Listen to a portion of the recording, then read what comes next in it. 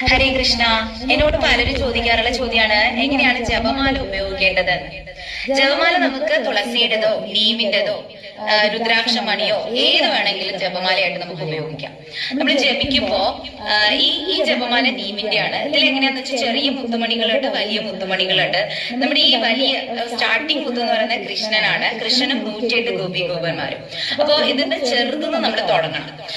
ചൂണ്ടുവിരൽ ഉപയോഗിക്കാൻ പാടില്ല. ഇതുപോലെയാണ് ജപമാല പിടിക്കേണ്ടത്. എന്നിട്ട് നമ്മൾ ഓരോ മുത്തിലും ഇങ്ങനെ ഈ തള്ളവിരൽ വെക്കുക, എന്നിട്ട് ജപിക്കുക, എന്നിട്ട് അതിങ്ങനെ താഴത്തേക്ക് താഴ്ത്തുക. അങ്ങനെയാണ് നമ്മൾ ജപിക്കേണ്ടത്.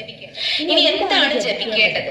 നമുക്ക് ഏത് മന്ത്രവും ജപിക്കാം. പക്ഷെ മന്ത്രിക്കുന്നവനെ ത്രാണനം ചെയ്യുന്നത്, ഉയർത്തുന്നതാണ് മന്ത്രം എന്ന് പറയുന്നത്. പക്ഷെ മന്ത്രങ്ങൾ നമ്മൾ ജപിക്കണമെങ്കിൽ ഗുരുവിന്റെ ദീക്ഷ ലഭിക്കണം എന്നാണ് പറയുന്നത്. അപ്പൊ എല്ലാ മന്ത്രങ്ങളും നമുക്ക് ഇതുപോലെ ജപിക്കാൻ സാധിക്കില്ല. ആ മന്ത്രത്തെ കുറിച്ചുള്ള പൂർണ്ണമായ അറിവൊക്കെ നമ്മൾ നേടണം. ഗുരുവിന്റെ അനുഗ്രഹം വേണം. അങ്ങനെയൊക്കെയാണ് സാധാരണ